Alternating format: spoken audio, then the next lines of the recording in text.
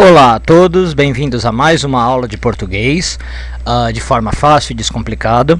Hoje nós vamos falar de um assunto que foi muito requisitado pelo e-mail, que é formação de palavras. E por sinal, todas as pessoas têm aí o meu e-mail na tela, podem mandar sugestões, podem mandar críticas, dúvidas, assuntos que elas queiram ver aqui, e na medida do possível eu vou atendendo os pedidos, como estou fazendo com esse assunto de hoje que a gente vai tratar. Ok? Então nós vamos ver como é que o português que recursos o português utiliza para formar palavras novas. Quais são os processos que a língua portuguesa tem para criar novos vocábulos.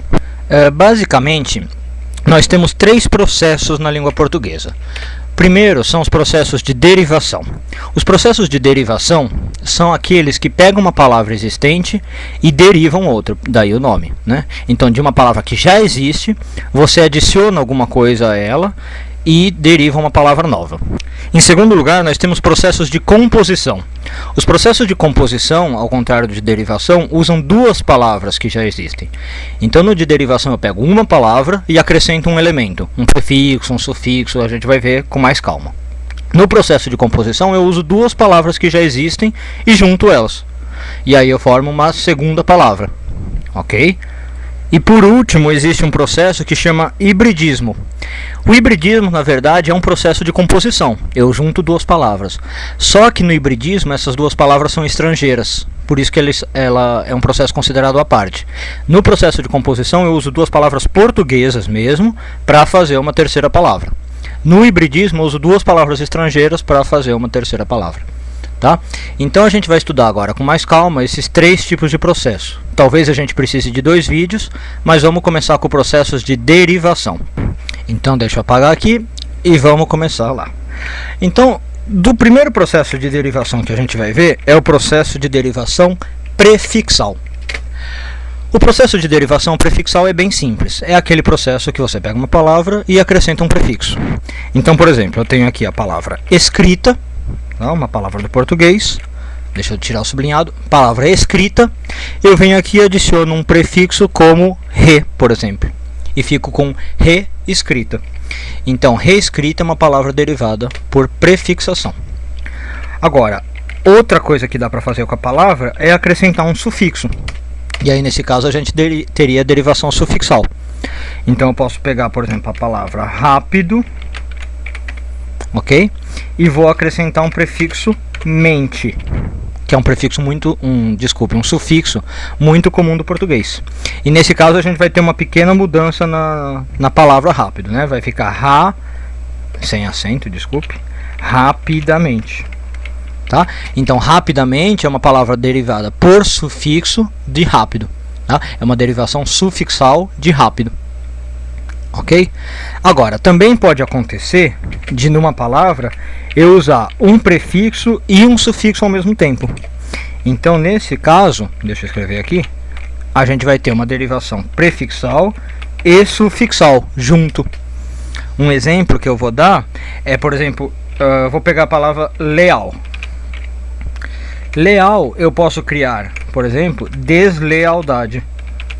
Olha aí, deslealdade. Eu adicionei ao mesmo tempo um prefixo des e um sufixo dade. Tá? O prefixo des é comum no português e o sufixo dade também.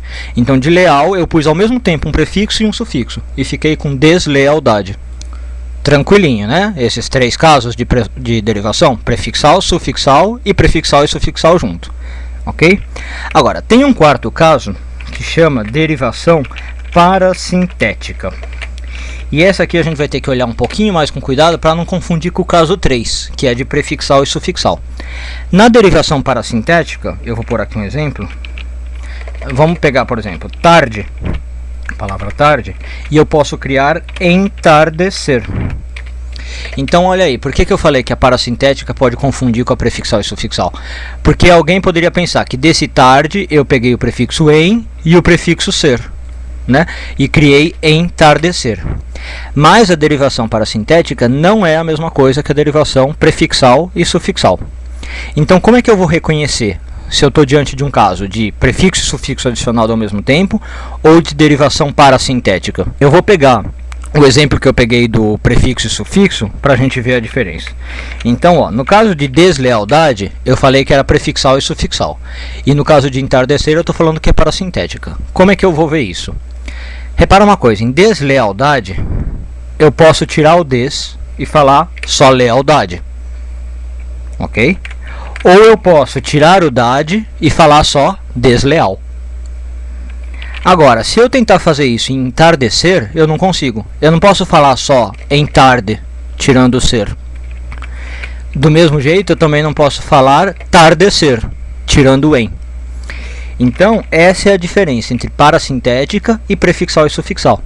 Na prefixal e sufixal, justamente por ser um prefixo e sufixo, eu posso tirar uma das pontas da palavra e ficar com uma palavra. Eu posso tirar o des e fico com lealdade. Posso tirar o dade e fico com desleal, justamente porque é um prefixo e um sufixo. Eles são adicionados independentemente. Na parasintética, não é um prefixo e um sufixo. Então não posso tirar o ser e não posso tirar o em. Tá ok? A mesma coisa, vamos ver aqui, ó, por exemplo, amanhecer, que obviamente é uma palavra derivada de manhã. Opa, escrevi errado aqui. Amanhecer. E aí eu quero saber, será que é manhã com prefixo a e com sufixo c? Ou será que é parasintética? Só tentar tirar aqui para você ver, ó. Eu posso falar amanhecer? Não posso.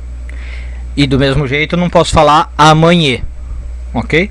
Então é uma derivação parasintética e não prefixal e sufixal.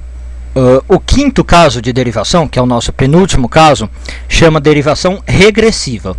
Por que significa regressiva? É o seguinte, eu pego uma palavra do tipo atrasar, que é um verbo. Opa, tô mal aqui de digitação. Atrasar, que é um verbo, e formo o substantivo atraso. Então por isso que significa regressiva. A palavra diminuiu, ela regrediu, tá vendo? Ela era atrasar, era mais longa, tinha esse ar aqui, e ficou atraso. Então geralmente a regressiva é desse caso aí. É um verbo que cria um substantivo. E tem vários exemplos desse na língua portuguesa. Tá? Geralmente são verbos criando substantivos.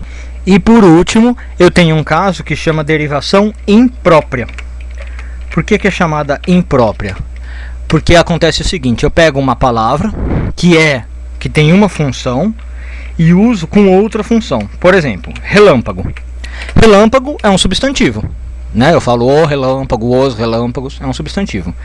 Mas eu posso falar, por exemplo, guerra, certo? Opa.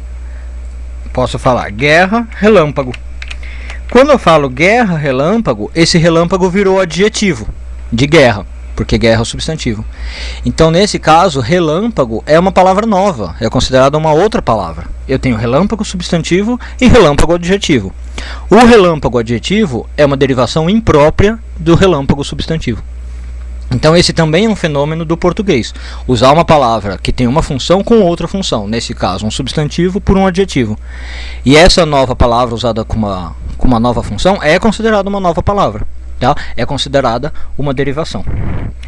Então, só para revisar, processos de derivação que a gente viu. Vou colar aqui na tela, então olha lá, processo de derivação.